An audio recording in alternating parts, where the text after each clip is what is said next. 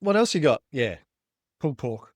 Pulled pork. Pulled pork, yes, on a company called Symal, Symal Group, SYL.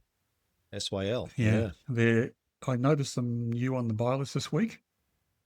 And I did notice, like, so I picked them out yesterday. I did notice today they're right on the cusp of the bottom of the buy list now. So Yeah. people, if they want to have a look at it, get in quick.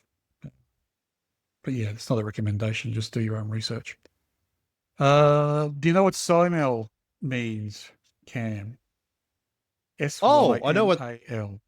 No, I know what they do, but because Oh, when they first turned up on the buy list a week or two ago, I was like, never heard of these guys before. mm, I had to double check it. I have this yeah, thing yeah, now. right. If anything weird turns up, I'm like, oh, hold on a second. But yeah, I know they're like a construction and infrastructure services company, but what does SIMEL stand for? I figured it was somebody's name. I thought so too. I thought it was like Simon and Mal got together, but no, it's from the Latin word simul, meaning together, where we get simultaneous Ah, from. Yeah.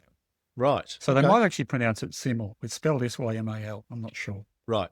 But Hmm. you're right. They're focused on civil infrastructure engineering, contracting, plant and equipment hire, selling of quarry materials, recycling, remediation, etc., etc. So basically a civil engineering contractor with associated add-ons.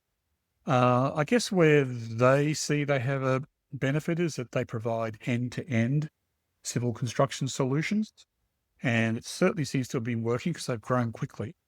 Yeah.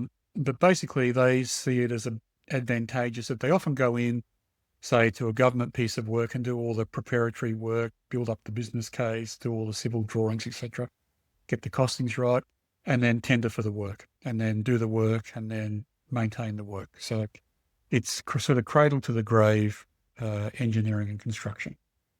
Um, they have all sorts of different projects. They're working on the Northeast Link Road in Melbourne. They're working on wind farms, renewable energy sites, airports. They're constructing data centers.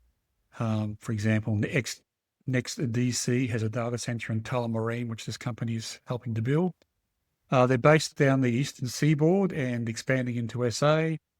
73% of their work is infrastructure, power, or renewables. 80% of their revenue from 2026 is already secure.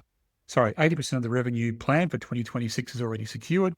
60% is secured in 27 and 40% in 28. So plenty of work in the pipeline for them. Nearly 80% of revenue is engineering and construction. 20% is plant hire, and that includes the operating of some quarries and selling the materials. So mainly engineering and construction. Interesting story. So way back in 2001, uh, famously, the managing director and major owner, Joe Bartolo, started with a shovel and a wheelbarrow and a ute and opened a landscaping business in the residential sector in Melbourne. And then it went from landscaping to concrete paving and then to structural concrete work for private clients and eventually larger residential builders. And then in 2005, the business became Conset, obviously still working in concrete projects, but getting bigger in the building and construction centre and also getting into engineering.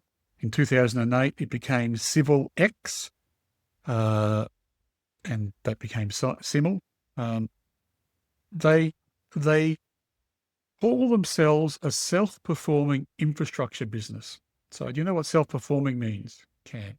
I think my Catholic priest told me I'd go blind if I did that when I was young, Tony. What was your Catholic priest name? I don't know, Father something. I obviously didn't pay much attention to anything that he said because I've been self-performing ever since. But some people say I do it for a living. Yeah. Well, I didn't know what it meant in the construction business sense, so I looked it up, and it No. means that they are a general contractor who use their own staff and in-house skills rather than subcontracting and hiring subcontractors for the tasks. So they're self-performing. Anyway, they continue to expand, often with acquisitions. So in 2018, they bought a company called Grampians Excavations, which was renamed Unite, again with a Y in the spelling. In 2019, they started a company called Wamara, and It's focused on Indigenous involvement in the construction industry.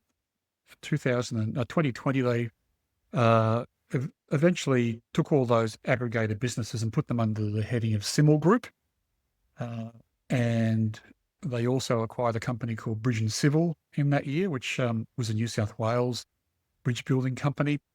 2021, they launched a company called Symal Contractors in Victoria. They also started a business called SYL, again with a Y, SYCLE, which was a recycling of manufacturing and construction waste business.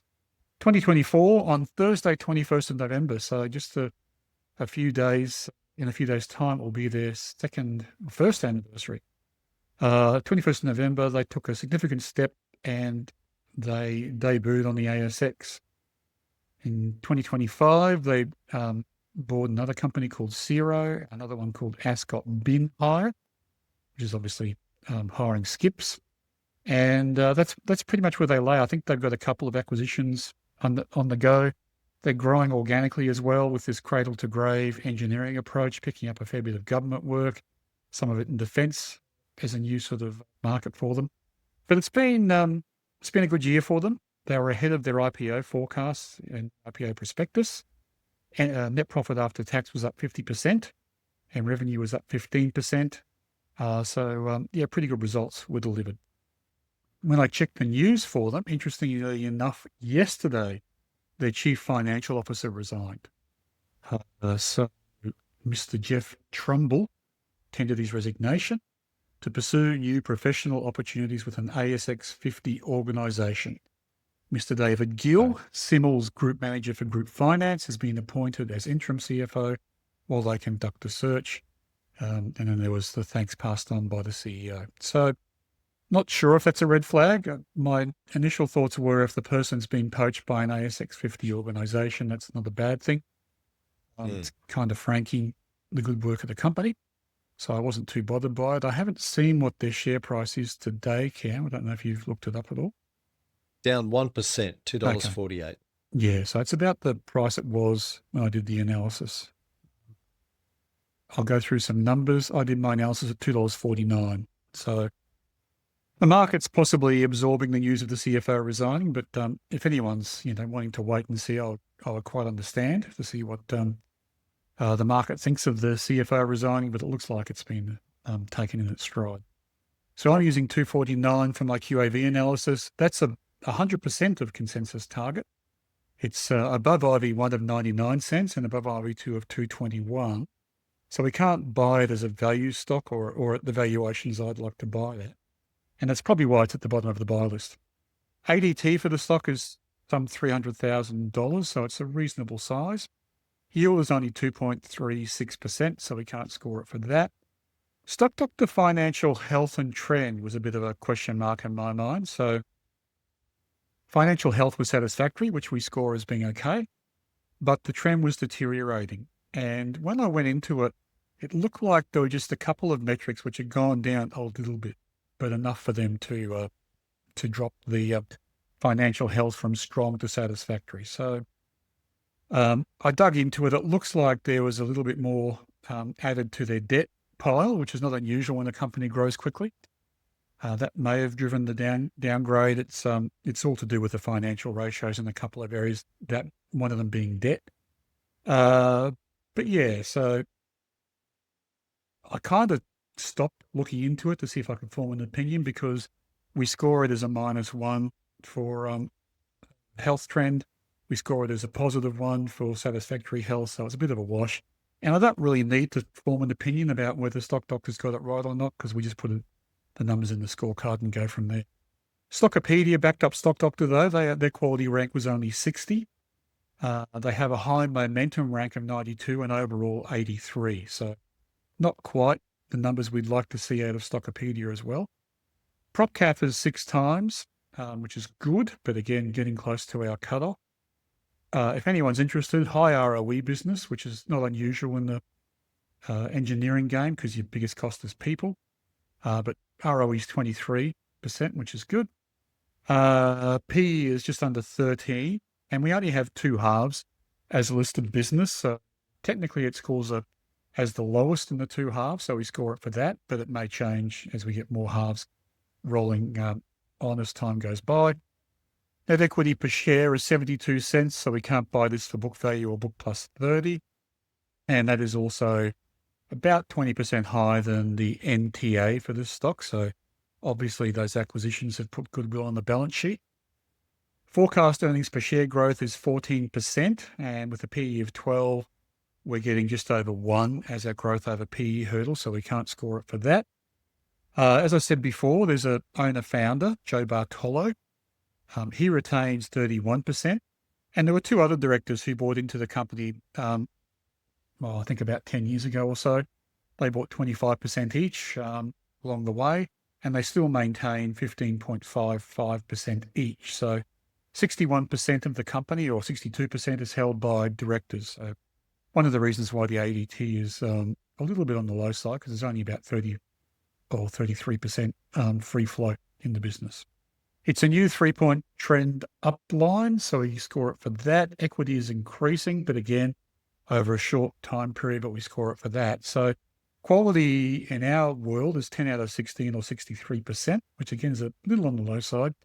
And the QAV score is 0.10, which is at the very bottom of the buy list. So if the price keeps going up, it will certainly come off the buy list. But numbers are good. It's a growing business. It's still run by the owner-founder, and he's done a good job to get it this far over 20 years, starting with a pick and shovel. So it's well run. The risks for a business like this, well, obviously they have to find a new CFO. There are normal contractor risks. There's a risk of an economic downturn. There's a risk of being locked into unproductive contracts, and labour costs and labour shortages will hurt them. And there's always the sort of catastrophic risk of an industrial accident causing problems for them and their staff. But there are some advantages. The owner-founder I rate highly as an advantage. Gross rate to date has been managed well, and there's a very high percentage of work in hand, which is locked in over the coming 2 years. So all of that bodes well for them. So that is Symal. I hadn't come across them before, but interesting company.